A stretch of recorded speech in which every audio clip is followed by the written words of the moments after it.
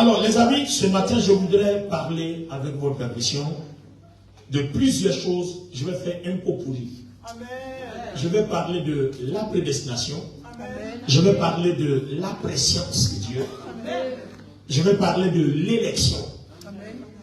Je vais parler de la foi. Et je vais parler de la reconnaissance. Je ne vais pas aller pas, mais je vais faire un pot pourri. Je vais faire un résumé pour booster la vie de quelqu'un. Je voudrais, selon que le Saint-Esprit m'a instruit, que quelqu'un comprenne qui est Dieu, qui est le Fils, qui est le Saint-Esprit, quel est le but de ta vie, pourquoi tu es ce que tu es et non pas ce que l'autre est, et pourquoi tu n'es pas comme ci mais tu es comme ça. Pourquoi est-ce que tu dois avoir une foi infaillible en Dieu, en Jésus-Christ, une foi infaillible dans la parole de Dieu? Pourquoi est-ce que tu dois être reconnaissant à Dieu? Enfin, pourquoi on t'appelle un élu? Et quels sont tes privilèges? Donnez-moi une vingtaine de minutes par la grâce de Dieu. On va faire ce résumé biblique là. Ça va aider quelqu'un à comprendre beaucoup de choses. Vous savez, souvent on vient à l'église, mais on ne sait pas. On vient à l'église, on a la foi que Jésus-Christ est mort à la croix pour nous sauver. Mais c'est tout. On ne connaît plus grand chose. Et ça fait que notre force, souvent nos bénédictions sociales sont limitées. Et quand on atteint une certaine étape où on est bloqué, la vie chrétienne n'est plus intéressante.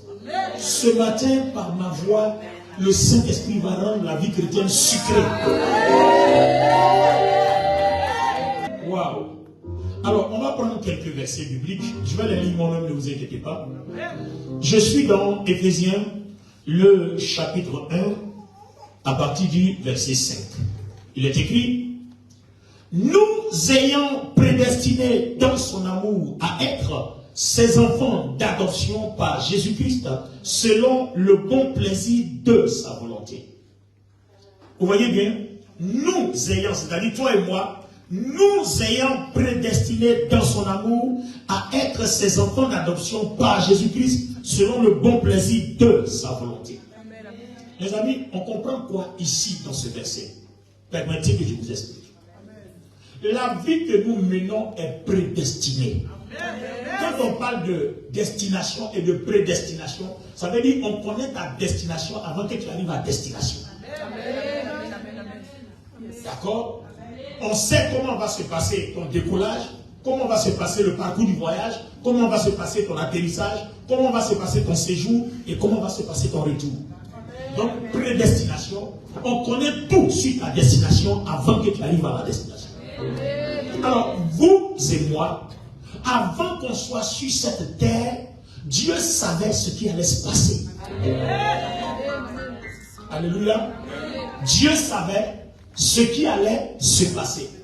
Il savait que tu allais naître d'une famille métisse, ou noire, ou blanche, ou américaine, ou africaine, ou européenne, asiatique, océanique, etc. Donc il savait que ton papa allait s'appeler tant, ta maman allait s'appeler tant, que tu viendrais de tel village, tu viendrais de telle région. Donc tout ça, Dieu le savait avant que cela soit. Donne-moi ton amène bien. Et s'il te plaît, ouvre tes yeux, je voudrais aller doucement, ouvre tes yeux, écoute-moi.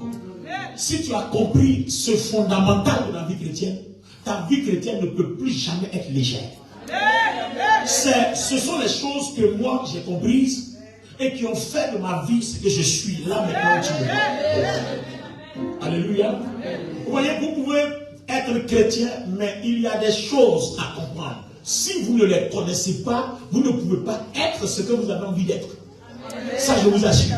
Suivez par vous-même. Donc déjà, Éphésiens 1,5 nous montre que notre monde que nous vivons est déjà vécu avant qu'il soit. Donne-moi ton amène bien. Donc, regardez bien. Dieu nous a prédestinés dans son amour à être ses enfants d'adoption par Jésus-Christ selon le plaisir de sa volonté. Ses enfants d'adoption, ça veut dire quoi? Ça veut dire qu'en fait, dans la famille, il y a papa, il y a maman, il y a les enfants biologiques, et puis il y a les enfants adoptés qu'on a ramenés à la maison, mais à qui on a donné les mêmes droits que les enfants biologiques. Donc c'est les enfants d'adoption. Mais dans mon esprit, je pose la question, comment c'est parti que nous on soit des enfants d'adoption? Donc quels sont les enfants biologiques, si je m'exprime comme ça, ou alors légitimes, pour que nous on soit d'adoption? Vous comprenez? Ça veut dire qu'il y a un départ, et le départ faussé a fait que Dieu a changé ses plans. D'accord? Donc il y a un départ où tout le monde est enfant de Dieu. Ce départ faussé a fait qu'il va falloir qu'on rachète ces enfants-là, qu'on les ramène à la maison. Donc Dieu a perdu tous les enfants sauf le Christ, qui est le seul. Donc Dieu va permettre que tous les autres soient rachetés pour être collés, enfin, comme on appelle ça, pour être greffés au Christ. Je suis le seul et vous êtes les servants. D'accord? Alors, toutes ces choses-là, je vais les expliquer. Permettez qu'on avance. Soyez attentifs, s'il vous plaît. D'accord? Éphésiens 1:11, je continue. En lui, nous sommes aussi devenus héritiers, ayant été prédestinés, suivant la résolution de celui qui opère toutes choses d'après le conseil de sa volonté. Ayant été prédestinés. Donc nous sommes héritiers, ayant été prédestinés. Avant que toi et moi on soit sur cette terre, Dieu savait qu'un jour on allait être héritier de quelque chose. Donc Dieu a déjà le film, a déjà le scénario. Et le fait que Dieu voit les choses avant que les choses n'arrivent, c'est ce que la Bible appelle la préscience de Dieu. Donc dans le concert de Dieu, dans le concept de Dieu, dans la pensée de Dieu, il ne fait jamais une chose sans avoir vu la chose, sans avoir calculé et sans avoir compris que la chose arriverait telle que lui l'a souhaité. Donc si jamais il y a des choses à régler, il les règle. Il sait comment les régler. C'est pour ça qu'on parle de la volonté de Dieu. Vous comprenez? Je reprends cette partie, c'est important. Dieu ne fait jamais les choses sans avoir vu la chose d'avance.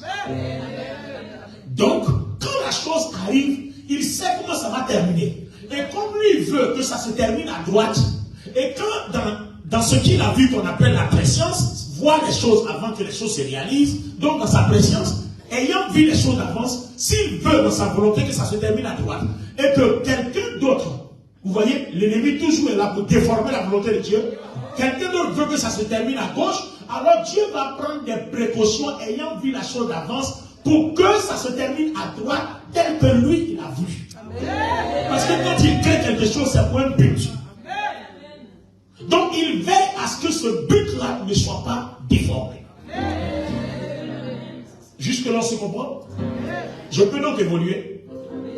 D'accord? Je vais dans Romains chapitre 8, verset 29. Car ceux qu'il a connus d'avance, ceux que Dieu a connus d'avance, c'est-à-dire, il vous connaissait avant que vous soyez. Il a même dit à Jérémie, depuis le sein de ta mère, je te connaissais. Jérémie 1. Depuis le sein de ta mère, je te connaissais. Je te connaissais. Et je t'avais choisi. Et je t'avais établi prophète des nations. Donc avant que Jérémie naisse, Dieu a le film de sa vie. Dieu l'a déjà choisi.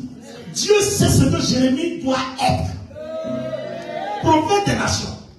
Donc Dieu va prendre des précautions pour que cela soit ainsi. C'est pour ça que la Bible nous dit d'avoir confiance en l'Éternel. Parce que ton existence n'est pas le fruit des hasards. Donc il te connaissait avant que tu sois. Il a déjà un programme pour ta vie. Il a déjà un projet pour ta vie. Et il veillera à ce que ce projet-là se réalise.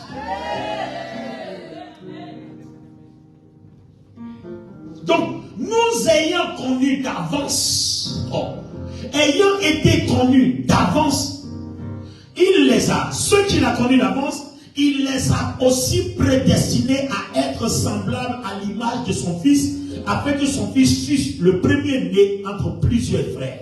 Donc, nous ayant prédestinés, il a tout fait pour qu'on ait les mêmes droits que son fils. Amen. Je finis d'analyser les versets que j'ai sélectionnés et je vous fais le résumé, le pot pourri tel que je vous l'ai promis dès le départ du message. Je viens dans Romains 8 et 30, la suite de Romains 8 et 9. Et ceux qu'il a prédestinés, il les a aussi appelés. Et ceux qu'il a appelés, il les a aussi justifiés. Et ceux qu'il a justifiés, il les a aussi glorifiés. Donc, regardez bien, Bishop Tano, Dieu m'appelle. Et puis, il s'avère qu'il y a un plan diabolique qui veut que ma vie ne suive plus la prédestination, que ma vie s'éloigne de la volonté de Dieu. Donc, qu'est-ce que Dieu fait? Dieu établit par précaution un plan de justification pour que sa volonté telle qu'elle est résolue avant que je sois s'accomplisse coûte que coûte. Et ce plan de justification-là, c'est Jésus-Christ. De telle sorte que même si le diable me poussait à désobéir à Dieu, alors que je sais que la désobéissance nécessite que Dieu me punisse et que je perde le salut.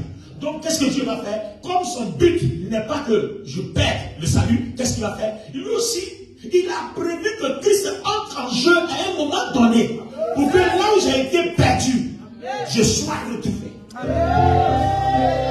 Romains 8, 30 nous montre quelque chose de formidable. Et ceux qu'il a prédestinés, il les a aussi appelés. Et ceux qu'il a appelés, il les a aussi justifiés. Et ceux qu'il a justifiés, il les a aussi glorifiés. Donc, quand Christ entre en vie, qu'il nous justifie, la seule chose qui reste, c'est notre glorification. Que je mets en parenthèse à côté de gloire. Je ne parle pas de notre gloire, je parle de notre glorification.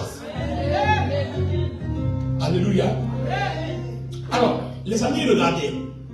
Que nous dit maintenant Acte 2, 23? Je suis toujours dans l'analyse. Il me reste 2 versets à analyser et je vous fais le résumé. Cet homme livré selon le dessein arrêté, selon la pression de Dieu, on parle de Jésus-Christ. Livré selon le dessein arrêté. Bishop, c'est fort, hein?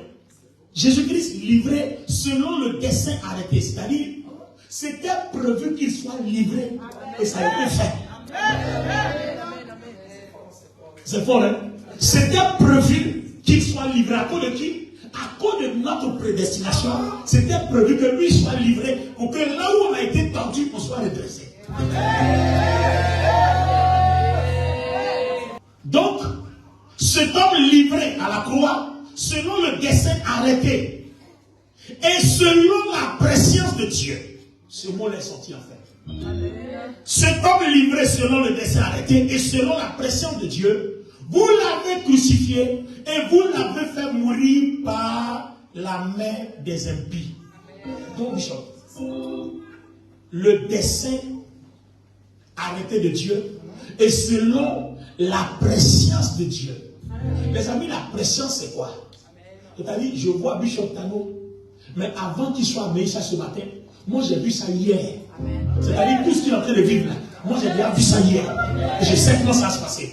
Et ça, c'est comme ça que Dieu est. Comme Dieu, notre Dieu, le créateur du ciel et de la terre, c'est comme ça qu'il est. C'est pour ça qu'il dit, vous qui dites, j'irai ici, j'irai là, dites si Dieu le veut.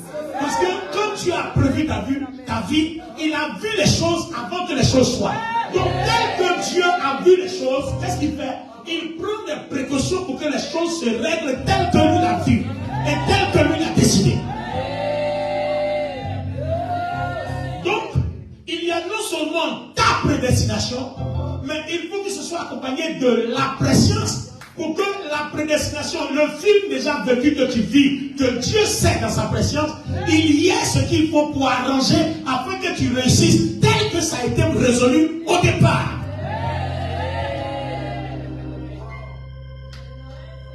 Si vous ne connaissez pas ces choses, vous ne pouvez pas avoir la foi.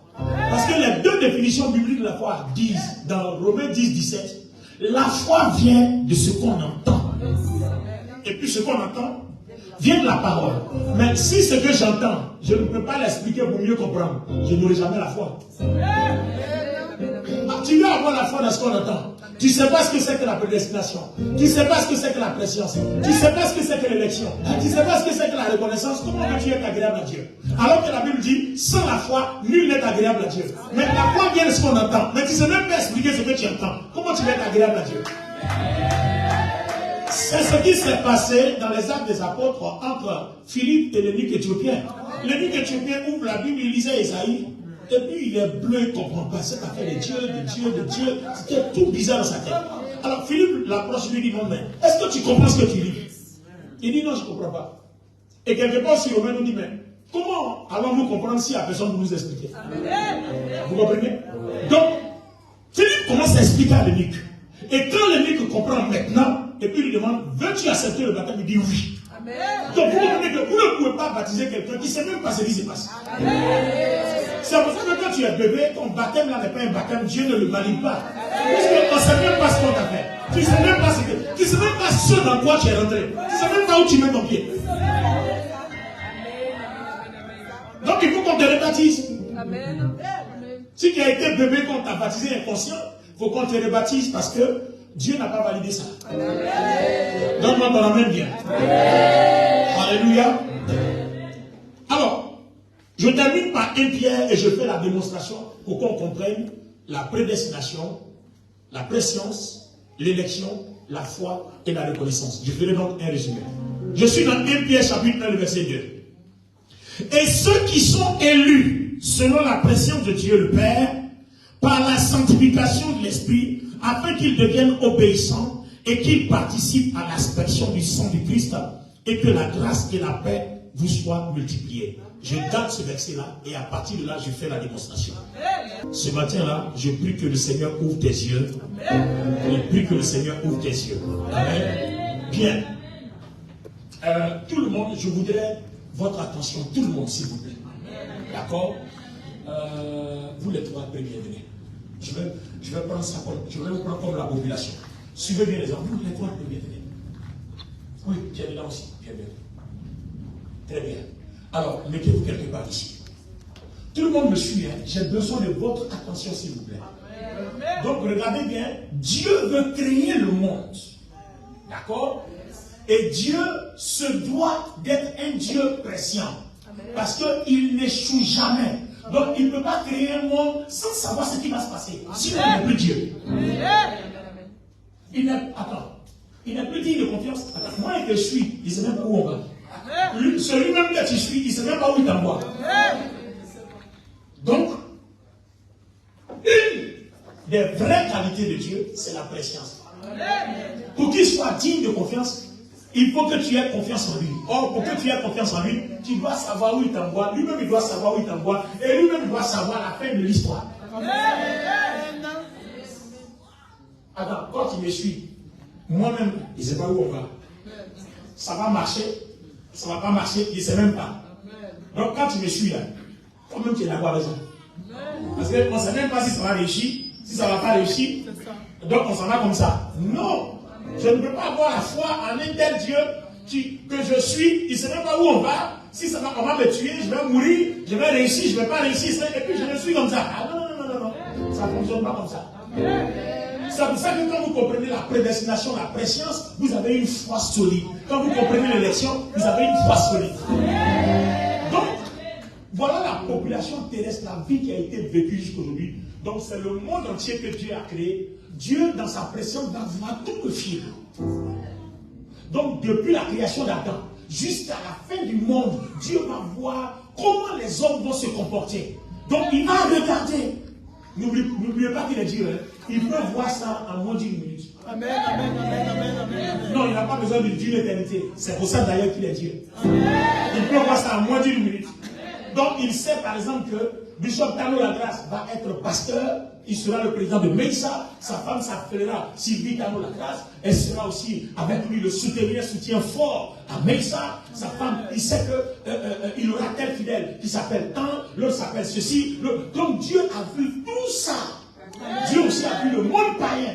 Il sait comment tel artiste va se comporter, tel va faire ceci, tel sera féticheur, tel sera pasteur, tel sera chrétien, l'autre sera ministre. Dieu a vu tout ça. Donc, quand Dieu a regardé le monde entier, il connaît ceux qui ont terminé en ayant confiance en lui et en demeurant avec lui. Il connaît aussi ceux qui ont terminé en le rejetant, en acceptant Satan comme maître, en adoptant les richesses, en fuyant Dieu. Donc Dieu a vu toutes ces personnes-là. Donc ayant vu ceux qui ont marché avec Dieu et ceux qui ont marché avec le diable, désormais Dieu sait qui est pour lui et qui n'est pas pour lui. Vous comprenez maintenant?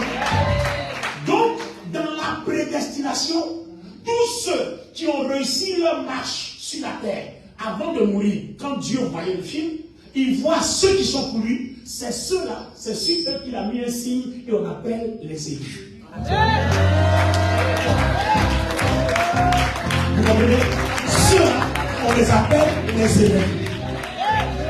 Maintenant, comme Dieu même sait que Satan lui-même va le rejeter, il sait que Satan va mélanger ses plans, à un moment donné, il sait que les élus là vont avoir des problèmes. Parce que Satan va les attaquer. Il va avoir des difficultés. Il va avoir des combats. Il va avoir tout ça. Et même certains élus, le Seigneur même a dit, s'il ne précise pas sa venue, certains élus peuvent perdre la foi.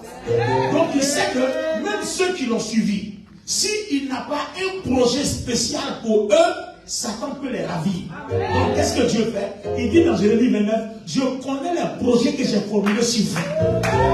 Donc Dieu va établir des projets pour que ces enfants qui sont élus depuis la préscience de Dieu, selon ce que Dieu a vu, cela soit gardé pour que leur vie, leur course là, se termine en bonne et due forme, tel que Dieu l'a fait.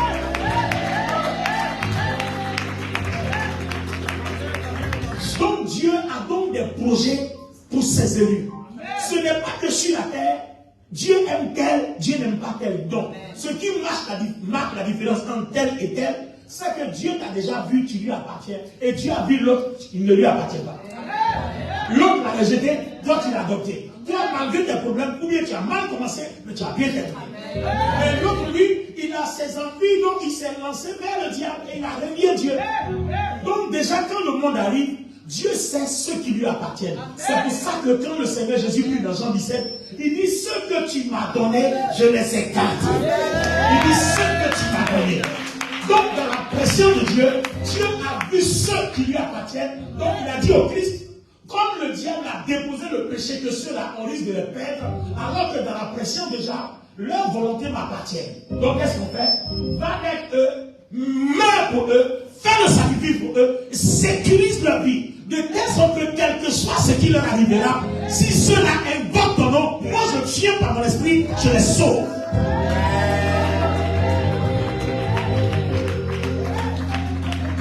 Donc on arrive maintenant à la création de verset de Jean 3,16 que tout le monde connaît. Car Dieu a tant aimé le monde qu'il a donné son Fils, afin que quiconque croit en lui ne périsse pas, mais qu'il ait la vie éternelle.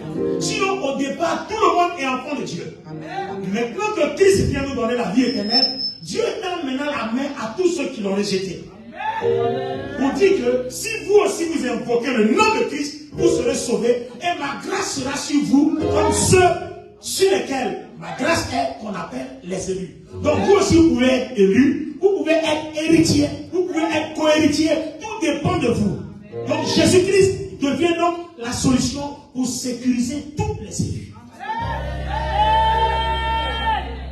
Donc vous comprenez que sans Jésus, on est tous en danger.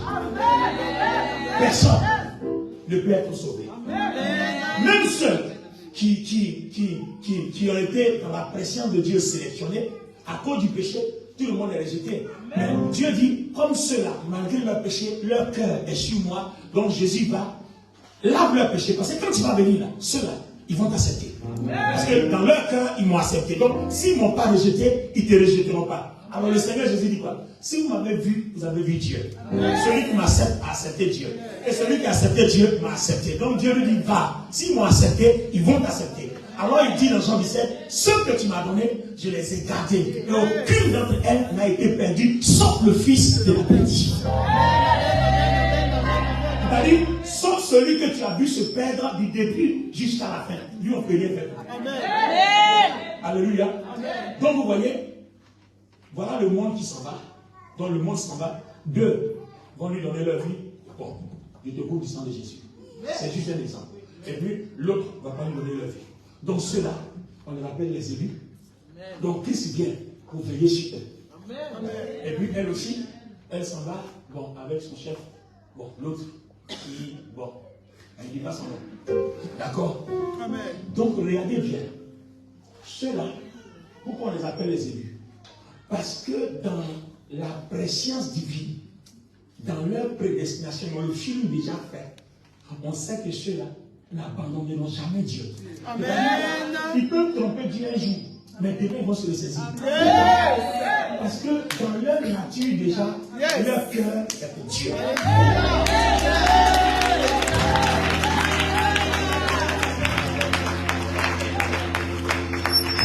Vous comprenez maintenant? Donc vous comprenez maintenant la prédestination, la préscience et puis l'élection. Donc les élus ont un signe sur eux. Amen. Il y a une grâce, il y a une main et une faveur de Dieu sur eux. Amen. Vous allez voir, on peut les tromper, mais ils vont reprendre, ils vont se ressaisir dessus. Ça veut dire qu'un élu ne peut pas être élevé. Parce que son cœur n'est pas conçu pour être élevé. C'est pas possible. Un élu ne peut pas être impoli, il ne peut pas insulter son père spirituel, il ne peut pas servir le désordre dans l'église, parce que son cœur n'est pas conçu pour ça.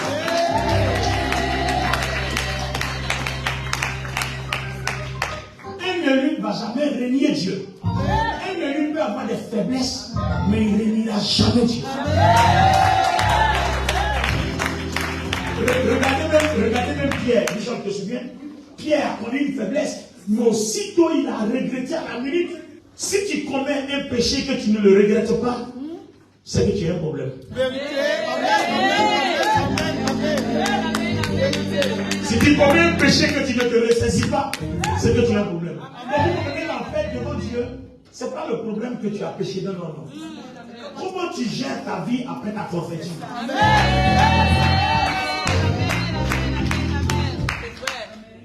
Parce que ce que Dieu veut, ce n'est pas que le pécheur meure, mais que le pécheur vienne à la repentance. Voilà. Ce n'est pas la mort du pécheur. Ça veut dire qu'il peut nous arriver tout et n'importe quoi. Même prenez le cas de Pierre. Il a régné le Seigneur 3 fois, mais il s'est ressaisi et il s'est racheté doublement. Comment il a été efficace dans le service après? Alors, vous comprenez qu'à partir de cet instant où vous savez toutes ces choses-là, ma fille, est-ce que quand tu sais que toi tu es élu, et puis tu sais que la main de Dieu est sur toi, tu sais que Dieu a un projet pour toi, est-ce que quand tu suis Dieu, tu as peur?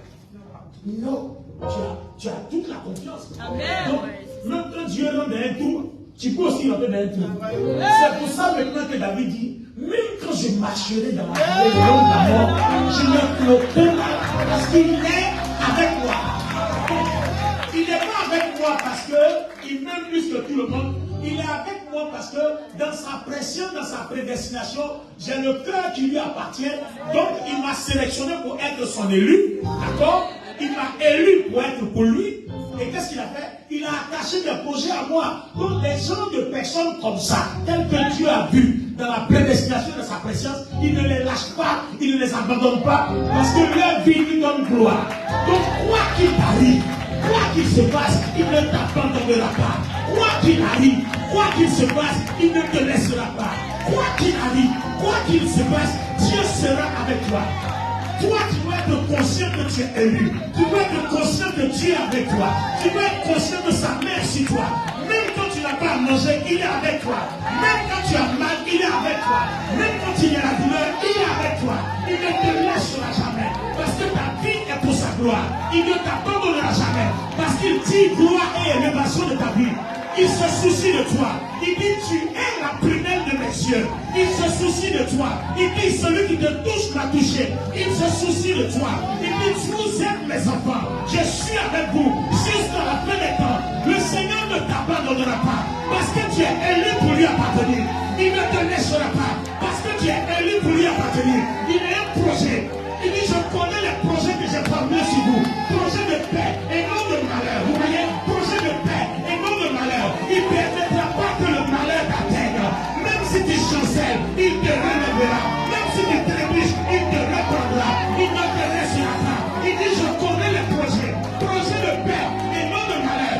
Afin que vous ayez un avenir et de l'espérance. Vous dites quoi? Je garantis votre vie. Je garantis hier. Je garantis aujourd'hui. Je garantis demain. Afin que vous ayez un avenir et de l'espérance. L'espérance, c'est quelque chose, on ne joue pas, on ne perd pas. C'est garanti, c'est conservé, c'est assuré et c'est réalisé. On monte, on descend, la fin est déjà accomplie et réalisée. C'est confirmé.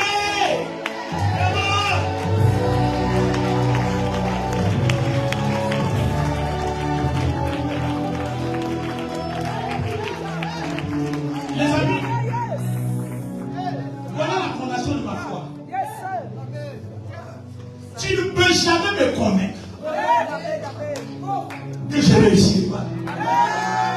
Tu ne peux jamais m'enlever de la tête que Dieu n'est pas avec moi. Il est avec moi. Parce que je suis élu. Il m'a élu. Il a regardé les choses avant que les choses, le monde soit créé. On dit bien avant la fondation du monde. Il nous a prédestinés avant la fondation du monde. C'est-à-dire, il nous a vus avant que le monde soit et que nous soient déposés dans le monde. Il t'a vu. Oui, il t'a vu avant que le monde soit, avant qu'il te dépose dans le monde, il t'a vu. Il a déjà vu comment tu as vécu. Donc ce n'est pas maintenant que tu vis. Dieu t'a déjà vu vivre ce que tu vis. Il t'a déjà vu vivre ce que tu vis. Donc ce n'est pas nouveau. La Bible même dit, il n'y a rien de nouveau sous cette terre. Il n'y a rien de nouveau devant Dieu. Ce que tu es en train de faire là, tu as déjà vu ça. En fait, tu l'as déjà fait. C'est pour ça qu'il dit à Jérémie, depuis le sein de ta mère, je te connaissais. Il le connaissait où? Dans la préscience. La préscience est le monde invisible de Dieu.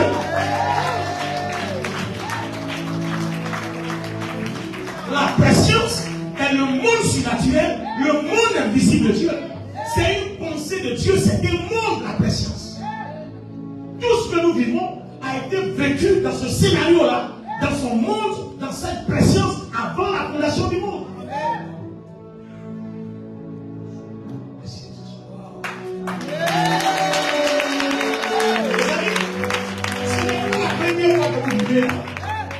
Ah non, les amis. Ah non, désolé, les amis. Ce n'est pas la première fois que vous vivez. Vous avez déjà vécu. À vous maintenant d'avoir conscience que vous avez déjà vécu. Ce message que je suis en train de prêcher, je l'ai déjà prêché dans la préscience de Dieu. Ce n'est pas la première fois que je le prêche. Je l'ai déjà prêché dans la préscience de Dieu. Dieu a déjà vu ça. Et il a pris des précautions pour que ça arrive tel que ça a été vu. Et il a pris des garde-fous pour que moi, en tant qu'élu, je ne dérape pas. Même si je dérapais, qu'il y ait une solution pour que je revienne à la constance. Alors les amis, vous voyez que pour avoir la foi, il faut comprendre ce qu'on entend. Romains 10, 17. La foi vient de ce qu'on entend. Ce qu'on entend vient de la parole. Il faut comprendre. Maintenant, la deuxième définition, Hébreux 11 dit, la foi est une ferme assurance. Une fois que j'ai compris, prédestination, préscience, élection, mais je suis ferme, est une ferme assurance. Je suis ferme. Amen. Tu ne peux pas me dire que Dieu n'est pas avec moi, tu es menteur. Parce que je sais que la vie que je vis, il a déjà vu. Donc ce que je fais, c'est pas nouveau, il sait. Même si j'ai glissé, il sait que j'allais glisser.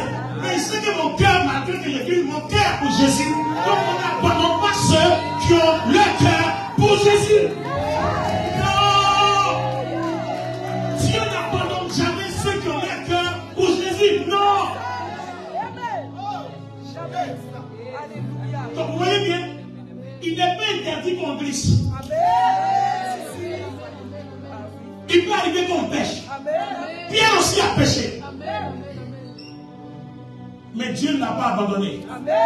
Quand il s'est repenti, Dieu l'a ressaisi. Dieu l'a repris parce que son cœur est pour Dieu.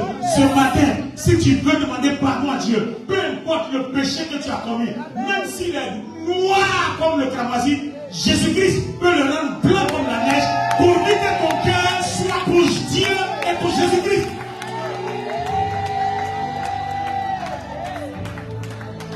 Donc, personne ne peut te condamner pour dire tu as péché. Personne ne peut te juger pour dire tu as péché. Tu es déjà élu, tu es déjà prédestiné.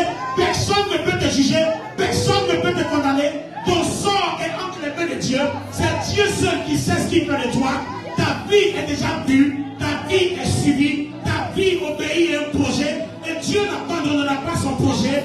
Il sera avec toi. Parce que ton cœur, avant la fondation du monde, est pour Dieu. Et Dieu veillera que ce cœur-là soit pour Jésus jusqu'à la fin des temps. Donne-moi ton même voix si tu as bien compris.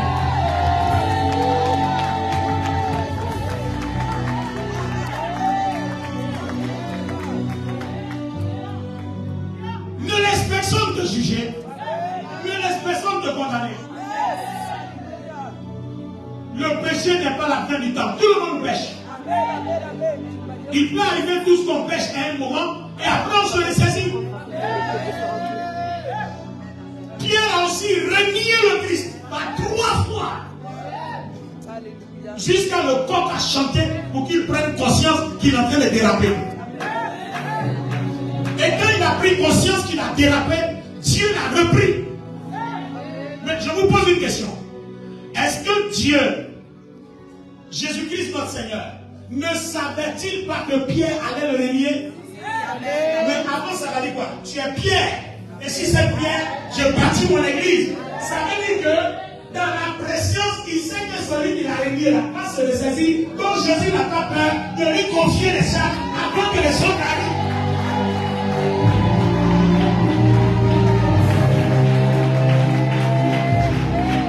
Alléluia. Donc si Dieu te dit, tu seras un grand prédicateur, tu seras une grande prophétesse, pourquoi dis-moi comme ça? Non. Il sait ce qui va se passer. Peut-être que présentement tu es faible, mais il sait qu'après demain tu seras fort, tu seras forte. Donc quand Dieu donne une prophétie, c'est par rapport à ce qu'il a déjà vu et qui va se passer. Il ne donne pas une prophétie par rapport à ton présent, mais par rapport à ce qui arrive que Dieu a déjà vu. Comment? Hey. Oh my God. Oh my God. C'est pour ça que les amis, ma foi est tellement ferme. Si on me donne une prophétie, on me dit, tu seras milliardaire. Je dis, Alléluia, Amen. Amen. Dieu, tu me dis, je serai milliardaire. Il a déjà vu. Attends, quand Jésus disait à Pierre, tu es Pierre, si c'est Pierre, je bâtirai mon église. Jésus savait qu'il allait le renier. Mais en même temps, il savait que Pierre à la chambre haute allait être un des meilleurs apôtres. Donc la prophétie, toute prophétie adressée sur toi, ne regarde pas ton présent, mais regarde l'avenir.